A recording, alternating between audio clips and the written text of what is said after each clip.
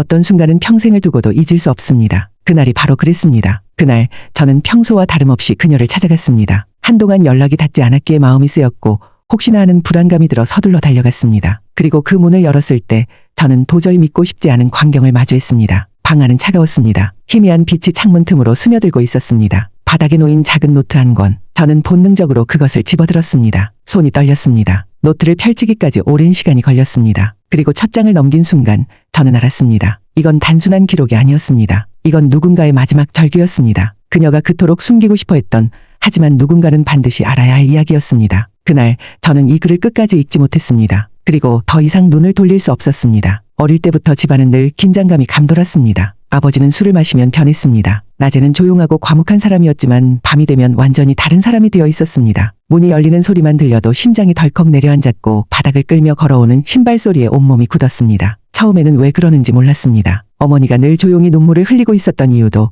작은 소리에도 움찔하며 반응하는 것도 이해할 수 없었습니다. 하지만 시간이 지나면서 알게 되었습니다. 아버지는 폭력을 휘둘렀습니다. 단순한 짜증이나 화풀이가 아니라 어머니를 때리고 소리 지르고 집안을 엉망으로 만들었습니다. 저는 방 안에서 이불을 뒤집어 쓰고 귀를 틀어막았습니다. 하지만 아무리 귀를 막아도 들려오는 소리는 사라지지 않았습니다. 그때 다짐했습니다. 절대 이런 삶을 살지 않겠다. 절대 이런 집에서 살지 않겠다. 벗어나야 했습니다. 어떻게든 이곳에서 나가야 했습니다. 그리고 제가 찾은 방법은 결혼이었습니다. 사랑하지 않아도 상관없었습니다. 가정을 꾸리면, 남편이 있는 집에서 살게 된다면 이 지옥에서 벗어날 수 있을 거라 믿었습니다. 그리고 결혼했습니다. 처음에는 모든 것이 평화로웠습니다. 남편은 다정했고 한 번도 큰 소리를 내지 않았습니다. 저는 안심했습니다. 이제는 행복해질 수 있을 거라 믿었습니다. 하지만 그 믿음은 오래가지 않았습니다. 남편도 술을 마시면 변했습니다. 처음엔 단순한 짜증이었고 거친 말투였습니다. 하지만 시간이 지나면서 점점 언성이 높아졌고 결국 손이 올라갔습니다. 어느 날 거울을 보니 제 얼굴에 선명한 멍이 남아 있었습니다. 그 순간 깨달았습니다. 이건 끝이 없겠구나. 결국 저는 결혼 생활을 끝냈습니다. 어린 아들과 단둘이 살아가기로 결심했습니다. 그때 저는 굳게 다짐했습니다. 이 아이만큼은 나처럼 살게 하지 않겠다. 하지만 저는 너무도 큰 착각을 하고 있었습니다. 이혼 후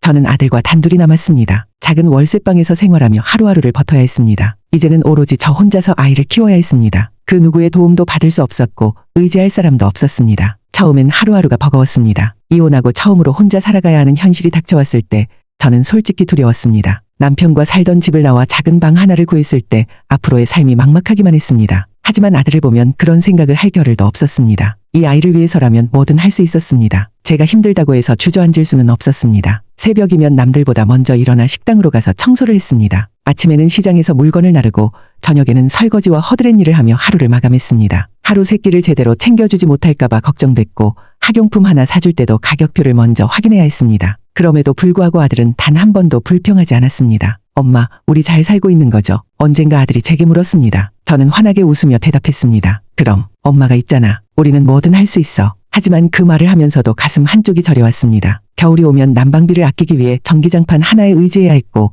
여름이 오면 선풍기 하나로 더위를 버텨야 했습니다. 아들이 친구들과 함께 어울려 놀러가는 날이 적어졌습니다. 다른 아이들은 부모와 함께 여행을 가거나 용돈을 받아 쓰기도 했지만 우리 형편에는 그럴 수 없었습니다. 어느 날은 아들이 친구 생일 초대에 갔다가 돌아와 조용히 말했습니다. 엄마, 나는 왜 용돈이 없어요? 그 말이 얼마나 가슴을 아프게 했는지 모릅니다. 엄마가 더 열심히 벌어서 용돈도 줄게. 조금만 기다려줄래? 아들은 고개를 끄덕이며 씩씩하게 웃었습니다. 하지만 저는 알고 있었습니다. 아들이 어릴 때부터 무언가를 참고 있다는 것을. 아들은 혼자서도 잘 견뎠습니다. 학교에서는 늘 최선을 다했고 공부도 스스로 했습니다. 저는 그 모습이 너무 대견하면서도 한편으로는 마음이 아팠습니다. 친구들과 어울려 놀러 가야 할 나이에 용돈을 아껴가며 엄마를 걱정하는 아이가 되었습니다. 고등학생이 되었을 때는 신문 배달을 하며 자신의 학용품을 직접 사기도 했습니다. 그런 아들이 안쓰러웠지만 한편으로는 자랑스럽기도 했습니다. 엄마, 난 나중에 꼭 성공해서 엄마 편하게 해줄 거예요. 아들은 그렇게 말하며 웃었습니다. 저는 그런 아들이 너무나도 사랑스러웠습니다. 그러나 한 가지 걱정스러운 점이 있었습니다. 아들이 가끔씩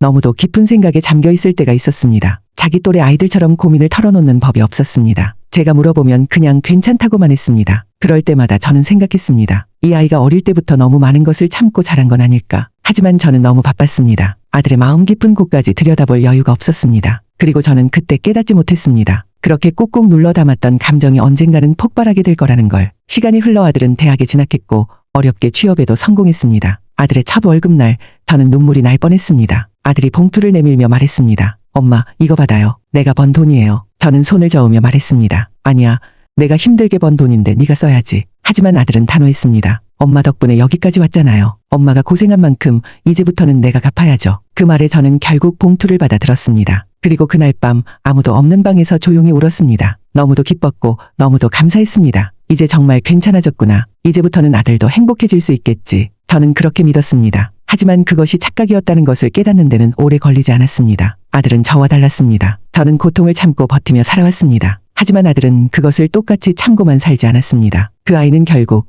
어릴 때 보았던 것들을 그대로 따라하게 되었습니다. 제가 아버지를 피해 도망쳤던 것처럼 그 아이는 또 다른 누군가를 지옥으로 몰아넣고 있었습니다. 그리고 저는 그것을 너무 늦게 깨달았습니다. 아들은 어느 날 저에게 여자친구를 소개해 주었습니다. 참 착한 아이였습니다. 조용하고 다정했고 누구보다도 아들을 아껴주는 사람이었습니다. 저는 그런 며느리를 보면서 안심했습니다. 이제야 내 아들도 좋은 사람을 만났구나. 결혼을 한 후 처음 몇 개월 동안은 모든 것이 완벽해 보였습니다. 두 사람은 다정했고 서로를 아껴주었으며 저는 그 모습을 보며 흐뭇하게 바라볼 수 있었습니다. 하지만 어느 순간부터 분위기가 달라지기 시작했습니다. 며느리는 점점 말수가 줄어들었고 얼굴이 창백해졌습니다. 살이 빠지고 눈빛은 점점 흐려져 갔습니다. 처음엔 단순히 바쁜 직장 생활 때문이라고 생각했습니다. 하지만 점점 더 이상한 점들이 눈에 띄기 시작했습니다. 어느 날 저는 며느리의 손목을 보게 되었습니다. 거기엔 선명한 멍 자국이 있었습니다. 순간 심장이 철렁 내려앉았습니다. 설마 그때까지만 해도 저는 믿고 싶지 않았습니다. 그런데 시간이 지날수록 며느리는 점점 더 무너져 가고 있었습니다. 아들은 점점 더 냉정한 사람이 되어갔습니다. 가끔씩 며느리가 아들에게 다가가 말을 걸어도 그는 무표정하게 고개를 돌렸습니다. 대답조차 하지 않았습니다. 며느리는 그런 아들을 보며 억지로 웃었고 괜찮은 척했지만 저는 알 수 있었습니다. 그녀가 점점 희미해지고 있다는 걸, 그녀의 미소가 점점 사라지고 있다는 걸. 그러다 결국 그녀는 제 곁을 떠났습니다. 그리고 남겨진 한 권의 일기장, 그것을 펼친 순간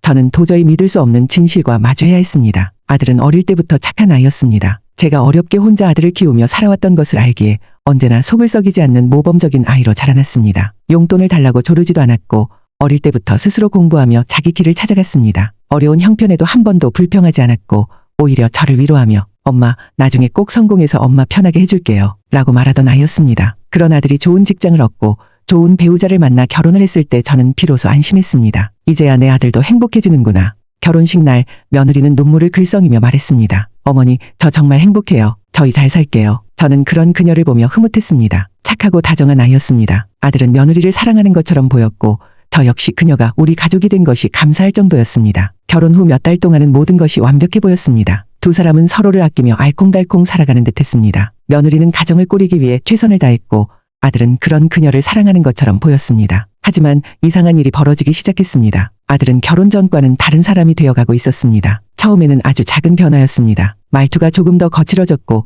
짜증을 내는 일이 많아졌습니다. 결혼 전에는 다정하게 대하던 모습을 보였지만 결혼 후에는 마치 당연하다는 듯 며느리에게 무뚝뚝하게 굴었습니다. 그 정도는 누구나 결혼 후 겪는 현실적인 변화라고 생각했습니다. 하지만 며느리는 점점 말수가 줄어들었고 그녀의 표정에서 미소가 사라지기 시작했습니다. 처음엔 단순히 적응하는 과정이라고 생각했습니다. 하지만 그건 저의 착각이었습니다. 아들은 서서히 변해가고 있었습니다. 며느리는 점점 달라지고 있었습니다. 처음엔 다정하게 웃으며 저를 대했지만 어느 순간부터 조심스러운 눈빛으로 아들을 바라보는 시간이 많아졌습니다. 그녀의 얼굴에서는 미소가 점점 사라졌습니다. 식사 시간에도 대화를 할 때도 그녀는 마치 무언가에 쫓기는 사람처럼 긴장한 듯 행동했습니다. 아들이 방금 한 말을 제대로 이해했는지 다시 확인하는 듯한 모습이 자주 보였습니다. 처음엔 단순한 긴장감이라고 생각했습니다. 하지만 그것은 단순한 것이 아니었습니다. 며느리는 점점 더 말이 없어졌고 목소리는 점점 작아졌습니다. 어느 날은 부엌에서 접시를 깨뜨린 적이 있었습니다. 그녀는 당황하며 깨진 조각을 서둘러 주었습니다. 죄송해요, 어머니, 제가 실수를 했어요. 그녀는 제게 사과했지만 저는 순간 다른 것이 보였습니다. 그녀는 제게 사과하는 것이 아니라 누군가에게 혼날까 두려워하는 표정을 짓고 있었습니다. 저는 조심스럽게 물었습니다. 괜찮아요. 혹시 아들한테 뭐라고 들었어요? 그러자 그녀는 황급히 고개를 저으며 말했습니다. 아니에요. 절대 아니에요. 오히려 저를 너무 잘 챙겨줘요. 그러나 그녀의 얼굴에는 두려움이 가득했습니다. 저는 그때 처음으로 확신했습니다. 며느리가 무언가를 숨기고 있다는 것을. 그날 이후 저는 더 신경을 쓰고 그녀를 관찰했습니다. 그리고 어느 날 저는 그녀의 손목을 보고 충격을 받았습니다. 소매가 살짝 걷어진 그녀의 손목에는 선명한 멍 자국이 있었습니다. 순간 제 심장이 철렁 내려앉았습니다. 이게 뭐야? 저도 모르게 놀란 목소리가 나왔습니다. 며느리는 순간적으로 움찔하며 손목을 가렸습니다. 아, 이거요? 제가 실수로 부딪혔어요. 별거 아니에요. 그녀는 급하게 변명을 했지만 저는 알 수 있었습니다. 그녀가 거짓말을 하고 있다는 것을. 저는 더 이상 참을 수 없었습니다. 솔직히 말해봐. 혹시 우리 아들이? 그녀는 당황한 듯 손을 흔들며 말했습니다. 아니에요, 어머니. 절대 그런 거 아니에요. 정말이에요. 하지만 그녀의 얼굴에는 두려움이 역력했습니다. 그 순간 저는 깨달았습니다. 아들이 변한 것이 아니라 원래 그 속에 감춰져 있던 본성이 드러나고 있었다는 것을. 처음에는 단순한 짜증이었습니다. 아들은 피곤한 날이면 무표정하게 대했으며 며느리가 애써 다가가도 건조한 반응을 보였습니다. 하지만 점점 달라졌습니다. 어느 날 저는 저녁 식사 자리에서 며느리가 아들에게 말을 거는 모습을 지켜보고 있었습니다. 여보, 오늘 회사에서 힘들었어요. 제가 좋아하는 거 해놨어요. 그녀는 조심스럽게 물었지만 아들은 아무런 대답도 하지 않았습니다. 그저 무심하게 핸드폰만 바라보고 있었습니다. 잠시 후 그녀가 다시 말을 걸었습니다. 이거 한 입만 먹어볼래요? 진짜 맛있게 됐어요. 그러자 아들은 한숨을 내쉬며 말했습니다. 됐어. 귀찮아. 며느리는 순간 움찔했지만 이내 다시 미소를 지으며 애써 태연한 척했습니다. 저는 그 순간 너무도 이상한 기분이 들었습니다. 그녀가 아무렇지도 않은 척하는 모습이 너무나 익숙했습니다. 마치 저의 과거를 보는 듯했습니다. 그 후로도 아들의 태도는 점점 변했습니다. 며느리가 말을 걸어도 제대로 대답하지 않았고 차가운 말투가 일상이 되었습니다. 어떤 날은 며느리가 아들에게 다가가 무언가를 물었을 때 아들은 짜증을 내며 컵을 탁 내려놓았습니다. 좀 가만히 있어. 시끄러워. 그 순간 그녀는 멈춰섰습니다. 눈동자가 흔들렸고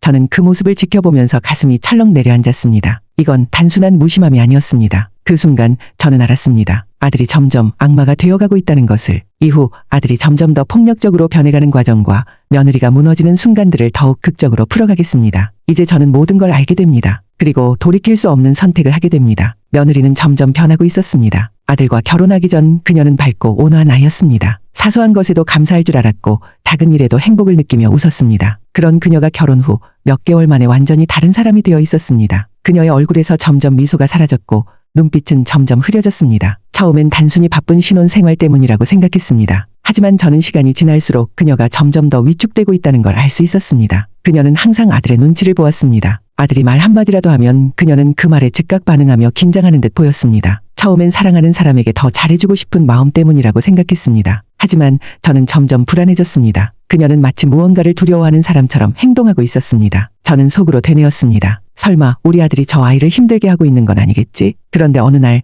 저는 우연히 그녀의 손목을 보고 숨이 멎었습니다. 그날 며느리는 식탁에서 밥을 차리다가 실수로 국을 조금 흘렸습니다. 저는 아무렇지도 않게 웃으며 말했습니다. 괜찮아, 휴지 가져올게. 그런데 그녀는 순간 온몸을 움츠리며 작은 목소리로 말했습니다. 죄송해요, 어머니. 그 말투와 표정이 이상했습니다. 마치 큰 잘못을 한 사람처럼 불안해하는 눈빛이었습니다. 그리고 저는 그때 그녀의 손목을 보았습니다. 소매가 살짝 내려갔고 거기엔 선명한 멍이 남아 있었습니다. 순간 제 심장이 철렁 내려앉았습니다. 이게 뭐야? 제 목소리는 떨리고 있었습니다. 그러자 그녀는 급하게 손목을 감추며 억지 웃음을 지었습니다. 아, 이거요? 제가 실수로 문에 부딪혀서 그래요. 별거 아니에요. 그녀는 아무렇지 않은 척했지만 저는 그 말이 거짓이라는 걸 본능적으로 느꼈습니다. 솔직하게 말해봐. 우리 아들이 너한테 뭐라도 한 거야? 저는 조심스럽게 물었습니다. 그러자 그녀는 황급히 고개를 저으며 말했습니다. 아니에요. 절대 그런 거 아니에요. 오히려 저를 너무 잘 챙겨줘요. 하지만 그녀의 눈빛은 저를 똑바로 보지 못했습니다. 그리고 그 순간 저는 깨달았습니다. 그녀가 진실을 숨기고 있다는 것을. 하지만 저는 그때까지도 믿고 싶지 않았습니다. 설마 우리 아들이 며느리를 힘들게 하고 있는 걸까? 그런데 그 믿음은 오래가지 않았습니다. 그날 이후 저는 더 신경을 쓰고 그녀를 유심히 관찰했습니다. 그리고 시간이 지날수록 그녀가 점점 더 무너지고 있다는 사실을 깨닫게 되었습니다. 그녀는 점점 더 말수가 줄었고 항상 피곤해 보였습니다. 아들이 퇴근하고 집에 들어오면 그녀는 항상 긴장한 듯 움직였습니다. 그녀의 손은 작게 떨리고 있었고 어깨는 늘 굳어 있었습니다. 아들이 말 한마디라도 던지면 그녀는 즉각 반응하며 그의 기분을 살폈습니다. 이건 이상해. 그런데 어느 날 저는 충격적인 광경을 목격했습니다. 어느 날 밤 저는 아들의 집을 방문했습니다. 그날따라 며느리의 목소리가 더 작았고 표정은 더욱 어두웠습니다. 저는 불안한 마음에 머물기로 결정했습니다. 그날 밤 저는 물을 마시려고 부엌으로 향했습니다. 그런데 순간 거실에서 낮게 들려오는 소리에 발걸음을 멈췄습니다. 제발 그러지 마세요. 며느리의 목소리였습니다. 그리고 이어진 아들의 낮고 차가운 목소리. 가만히 좀 있어. 내가 제대로 못하니까 내가 이렇게 말하는 거잖아. 순간 제 심장이 멎는 듯했습니다. 저는 조용히 다가가 거실을 들여다보았습니다. 아들은 거실 소파에 앉아 있었고 며느리는 그의 앞에 서 있었습니다. 그녀의 눈빛은 두려움으로 가득 차 있었고 손은 작게 떨리고 있었습니다. 그런데 아들은 그런 그녀를 마치 하찮은 존재처럼 쳐다보고 있었습니다. 그 순간 저는 깨달았습니다. 우리 아들이 변한 것이 아니라 본래의 모습을 드러내고 있었다는 걸. 그녀는 항상 초조해 보였고 어딘가 지쳐 있었습니다. 그리고 어느 날 저는 그녀의 얼굴에 작은 상처가 난 것을 보았습니다. 너 이마에 그거 뭐야? 저는 조심스럽게 물었습니다. 그러자 그녀는 순간 멈칫하더니 급하게 고개를 숙였습니다. 아, 그냥 실수로 부딪혔어요. 그녀의 목소리는 작았고 저는 더 이상 참을 수 없었습니다. 솔직하게 말해봐. 우리 아들이 너한테 손이라도 댄 거야? 저는 다시 물었습니다. 하지만 그녀는 그저 고개를 저으며 여전히 웃고 있었습니다. 그 웃음은 절망적인 것이었습니다. 그녀는 이미 익숙해져 있었습니다. 그녀의 눈빛은 마치 이렇게 말하고 있는 듯했습니다. 어머니, 저는 괜찮아요. 저는 도망칠 수 없어요. 그 순간 저는 알았습니다. 우리 아들은 이제 더 이상 예전의 착한 아이가 아니었습니다. 그는 점점 더 냉정한 사람이 되어가고 있었고 그녀는 그 속에서 천천히 무너지고 있었습니다. 그녀는 분명히 저에게 도움을 요청하고 싶었을 것입니다. 하지만 그녀는 말하지 않았습니다. 아니, 말할 수 없었을 것입니다. 그리고 저는 너무 늦게 깨달았습니다. 우리 아들이 그의 아버지보다 더 끔찍한 사람이 되어 가고 있었다는 걸. 며느리는 점점 더 사라지고 있었습니다. 결혼 전 그녀는 환하게 웃던 아이였습니다. 사소한 일에도 감사할 줄 알았고 작은 것에도 행복을 느꼈습니다. 그러나 결혼 후 불과 몇 개월 만에 그녀는 완전히 다른 사람이 되어 있었습니다. 그녀는 항상 피곤해 보였습니다. 눈 밑에는 점점 짙은 그늘이 드리웠고 몸은 점점 야위어갔습니다. 처음에는 적응하는 과정이라 생각했습니다. 하지만 그것은 착각이었습니다. 그녀의 눈빛이 점점 더 어두워지고 있었습니다. 저는 그녀를 지켜보면서 불안했습니다. 그러나 그때까지도 저는 믿고 싶지 않았습니다. 우리 아들이 그 착했던 아이가 자신의 아내에게 그렇게까지 잔인할 리 없다고 믿었습니다. 하지만 그 믿음은 너무도 쉽게 무너졌습니다. 어느 날 저는 우연히 아들과 며느리의 대화를 엿듣게 되었습니다. 아들이 짜증이 잔뜩 섞인 목소리로 말했습니다. 대체 너는 왜 이렇게 쓸모가 없냐? 순간 제 심장이 덜컥 내려앉았습니다. 그런데 며느리는 아무 말도 하지 않았습니다. 그녀는 그저 고개를 숙인 채 조용히 있었습니다. 마치 이런 말이 익숙하다는 듯. 그녀는 반박도 하지 않았고 변명도 하지 않았습니다. 그냥 침묵하고 있었습니다. 그녀가 입을 닫아버렸다는 사실이 저를 더 불안하게 만들었습니다. 그 후로도 아들의 태도는 점점 더 변해갔습니다. 아니, 그는 이제 완전히 다른 사람이 되어 있었습니다. 어느 날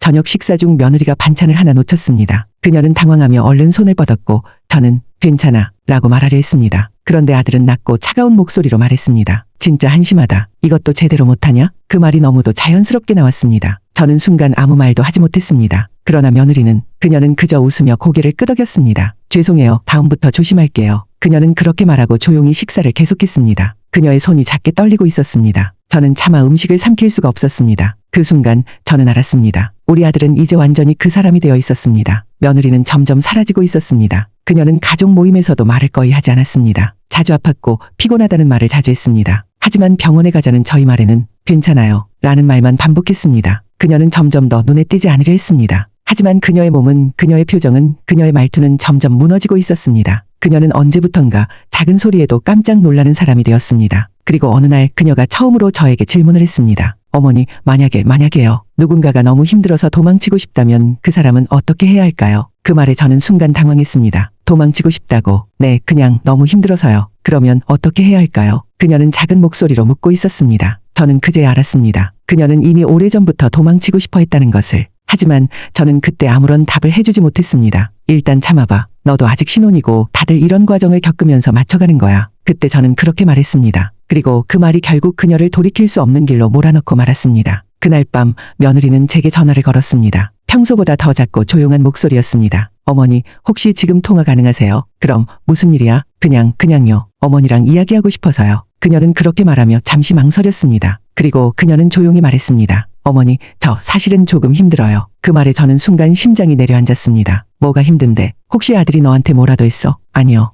그냥요. 가끔 너무 숨이 막혀요. 그녀의 목소리는 무겁고도 슬펐습니다. 저는 황급히 말했습니다. 지금 당장 우리 집으로 와. 너 혼자 있지 마. 하지만 그녀는 조용히 웃으며 말했습니다. 어머니, 저한테 너무 잘해주셔서 감사했어요. 그 말을 끝으로 전화를 끊었습니다. 그게 그녀의 마지막 말이었습니다. 그날 새벽 저는 경찰로부터 전화를 받았습니다. 가족분이시죠? 지금 바로 와주셔야겠습니다. 그 말이 끝나기가 무섭게 저는 뛰쳐나갔습니다. 하지만 도착했을 때 이미 늦었습니다. 그녀는 조용히 세상을 떠났습니다. 그녀는 홀로 있는 방 안에서 그토록 벗어나고 싶어 했던 현실에서 영원히 사라지고 말았습니다. 그녀의 유품을 정리하던 중 저는 작은 노트 한 권을 발견했습니다. 그것은 그녀가 남긴 일기장이었습니다. 그날 밤 저는 그 일기장을 펼쳤습니다. 그리고 저는 도저히 믿을 수 없는 진실과 마주하게 되었습니다. 그날 새벽 저는 경찰의 전화를 받고 황급히 뛰쳐나갔습니다. 하지만 도착했을 때 이미 늦었습니다. 그녀는 차가운 방 안에 조용히 누워 있었습니다. 그녀는 홀로 아무도 없는 공간에서 마지막 순간을 맞이했습니다. 이제 그녀는 더 이상 두려워하지 않아도 되었습니다. 더 이상 아들의 눈치를 보지 않아도 되었고, 더 이상 맞지 않아도 되었고, 더 이상 침묵 속에서 고통받지 않아도 되었습니다. 하지만 이건 그녀가 원했던 결말이 아니었습니다. 그녀는 도망치고 싶었고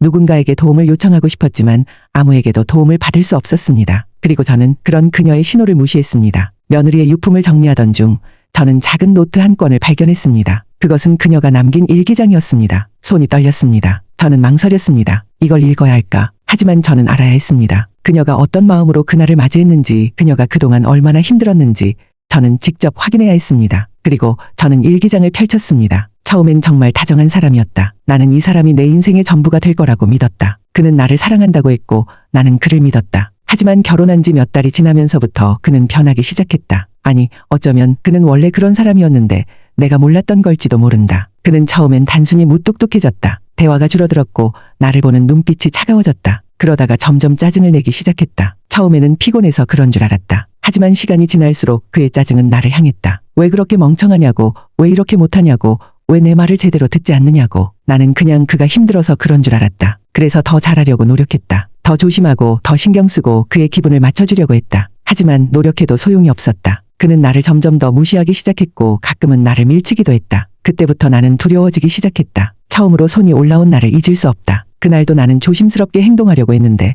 실수를 했다. 밥을 조금 엎질렀을 뿐인데 그 순간 그는 나를 바라보았다. 그리고 다음 순간 그의 손이 내 뺨을 때렸다. 너무 놀라서 아무 말도 하지 못했다. 그는 곧바로 사과했다. 자기가 너무 예민했다고, 피곤해서 그랬다고, 다시는 그러지 않겠다고. 나는 그의 말을 믿었다. 하지만 그것이 시작이었다. 그 후로도 그는 나를 때렸다. 가끔은 밀치기도 했고 가끔은 내 팔을 꽉 잡아 멍이 들게 했다. 처음에는 내가 잘못해서 그런 줄 알았다. 내가 조금만 더 조심하면 그가 다시 예전처럼 다정한 사람이 될 거라고 믿었다. 그래서 나는 침묵했다. 그러나 그는 변하지 않았다. 오히려 점점 더 나빠졌다. 그리고 나는 점점 더 약해졌다. 나는 한 번도 이 사실을 엄마에게 말할 수 없었다. 엄마는 나를 걱정할 거고 만약 알게 되면 당장 이혼하라고 할 게 분명했다. 하지만 나는 이혼하고 싶지 않았다. 나는 그를 사랑했으니까. 나는 그가 다시 예전처럼 다정한 사람이 될 거라고 믿었으니까. 그리고 나는 갈 곳이 없었다. 어디로 도망치면 좋을까? 어디로 가야 안전할까? 어머니는 정말 좋은 분이셨다. 하지만 어머니도 아들의 이런 모습을 모를 리가 없었다. 어머니도 보고 있었을 것이다. 하지만 어머니는 침묵했다. 나는 그 침묵이 더 무서웠다. 어머니는 모르는 척하고 있었다. 마치 아무 일도 없는 것처럼. 그래서 나는 말할 수 없었다. 나는 그냥 이 모든 게 지나가기만을 기다렸다. 하지만 더 이상 버틸 수가 없다. 이제는 너무 힘들다. 어떻게 해야 할지 모르겠다. 내가 사라지면 어머니는 내 얘기를 들어줄까? 어머니는 나를 기억해줄까? 내가 떠난다면 어머니는 내 편이 되어줄까? 이제는 모르겠다. 하지만 한 가지는 확실하다. 나는 더 이상 이곳에 있고 싶지 않다. 이제는 정말 끝내야겠다. 저는 일기장을 손에 쥔 채 그대로 얼어붙었습니다. 머릿속이 새하얘졌습니다. 숨이 막혔고 가슴이 터질 것 같았습니다. 그녀는 마지막 순간까지 도움을 요청하고 있었습니다. 하지만 저는 그녀가 외치는 소리를 듣지 않았습니다. 아니,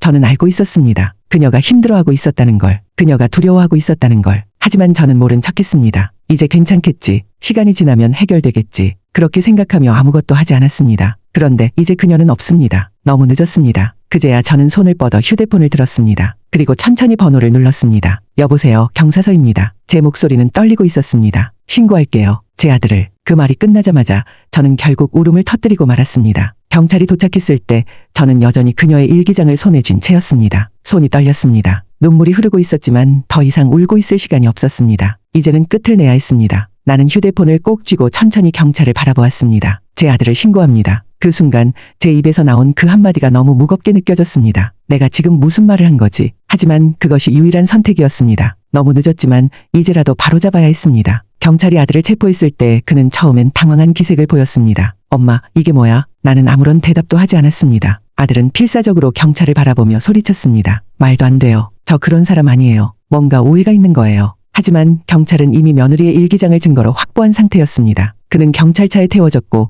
나는 천천히 따라갔습니다. 경찰서에 도착했을 때 나는 아들과 마주 앉았습니다. 그리고 처음으로 진짜 내 아들의 모습을 마주하게 되었습니다. 엄마, 제발 말 좀 해봐. 엄마가 나를 이렇게 만들었잖아. 아들은 마치 억울한 사람처럼 말했습니다. 내가 뭘 그렇게 잘못했는데. 나는 그냥 힘들어서 그랬던 거야. 그의 말은 점점 흐려졌습니다. 하지만 나는 그의 눈을 바라보았습니다. 그 눈빛은 더 이상 내가 알던 아이의 것이 아니었습니다. 나는 조용히 일기장을 꺼내 들었습니다. 이걸 읽어봐. 내 아내가 마지막으로 남긴 글이야. 아들은 손을 뻗어 일기장을 받으려 했지만 나는 허락하지 않았습니다. 아니, 너는 이걸 읽을 자격이 없어. 그 순간 그의 표정이 바뀌었습니다. 처음으로 그는 침묵했습니다. 나는 천천히 말을 이어갔습니다. 너는 나에게 약속했었어. 내 아버지처럼은 살지 않겠다고. 그런데 내가 한 짓을 봐. 너는 내 아버지를 뛰어넘었어. 그는 아무런 말도 하지 않았습니다. 너는 사랑하는 사람을 지켜주기는커녕 그녀를 가장 깊은 지옥으로 밀어넣었어. 그리고 이제 그녀는 없어. 나는 말을 하면서도 가슴이 찢어질 것 같았습니다. 내가 도대체 뭘 그렇게 잘못했기에 너 같은 괴물을 키운 거니? 나는 처음으로